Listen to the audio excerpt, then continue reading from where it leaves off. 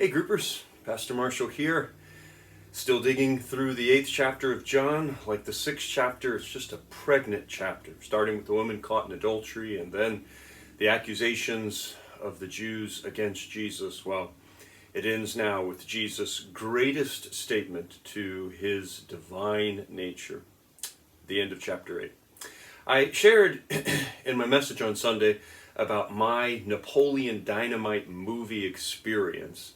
My first impression was terrible, and then later I loved it, which is pretty ironic. What is something that you didn't like the first time that you saw it, or tasted it, or heard it, and that you like now? Is there a movie? Was there some sort of food? Is there a music genre?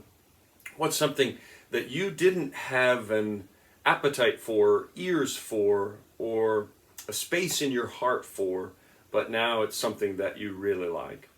Well, moving into the text. In verse 48, the Jews attempt to insult Jesus. They call him two names. Why do you think that these two names were such a big insult? What is it about him being called a Samaritan, him being called demon-possessed, that is supposed to be the biggest cut down, the biggest insult that they could make? And why do you think that Jesus didn't answer the first insult? He does talk about how he's not demon-possessed, but he doesn't make any statements about him not being a Samaritan. Why do you think that he didn't feel it necessary to answer that insult? Well, when was a time in your life that you sought glory for yourself? When was a time in your life that you sought glory for yourself? And as you have grown, as you have matured, how have you learned to not seek glory for yourself? What has helped you to walk in a humbler path? What has helped you to not crave the limelight? And how do you think that your life would look different? How would your life look different if you only sought glory from God? Jesus says that he only cares about God's glory. How would your life look different if you only sought glory from God? How would your relationships look different? How would your occupation look different? How would your house look different? How would your friendships look different? What would change? What do you think that Jesus means when he says that those that believe in him will never see death? He says that in verse 51. And then the Jewish leaders respond in verse 52 that they were offended that he said that someone wouldn't taste death. What does it mean to never see death? What does it mean to not taste death? Is there a difference between these two statements?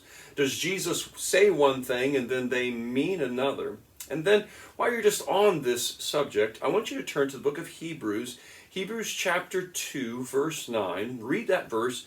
And what does this verse add to our understanding of Jesus' words here about never seeing death? And then Jesus says that Abraham rejoiced at just the thought of seeing his day in verse 56. What do you think that he meant by this surprising statement? What does Jesus mean? And then what are some of the things that Jesus means when he says that before Abraham was born, I am? Of course, this is a key verse in verse 58. It's definitely the key verse of the 8th chapter. It could be argued that it's the keyest verse of the entire Gospel of John. In fact, it could be argued that this is the most important verse in all of the Gospels. Jesus' greatest claim to his self-divinity. What are some of the things that Jesus means when he says, before Abraham was born, I am? And then why do you think that they pick up stones to stone Jesus in verse 59? Why do they pick up stones? That's the question. And then do you have any conflict in your mind as to the answer to this question? Is there any doubt in your mind as to what their motivation was? Is there any doubt in your mind as to why they picked up stones to stone Jesus? Were they confused at all? That's what I'm asking you. Well, every week we just like to spend a little bit of time talking about our application, and so remind you maybe of a commitment that you made during the Sunday service, during my message, during the time that you interacted with God's Word. Jewish leaders didn't believe in Jesus. And we've said it's because they didn't have a place in their hearts. They didn't have space in their hearts to hear him. They were unable to have room for Jesus. And so, how do we keep room for Jesus? How do we keep space for Jesus? How do we make it so that we are always able to tune him in? And I told you that there were 3 ways. First of all, we spend time talking to God. The Bible calls this prayer. Second, we spend time listening to God. The Bible calls this reading our Bibles. And then third, we spend time with godly people. And this is worshiping together in church on Sunday. This is opening God's Word and interacting together in Bible studies during the week. And this is spending time with Christian people, just enjoying life, sharing space, having fun, working together, doing projects together, raising kids together, dealing with old age together. And so, of these 3 things, which one do you think is the most lacking in your life right now?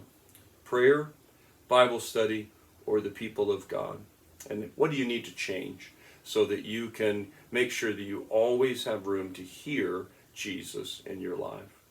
Well, I hope that you have a great week. I look forward to seeing you next week as we'll finally make it to John chapter 9. We're done with the 8th chapter. God bless.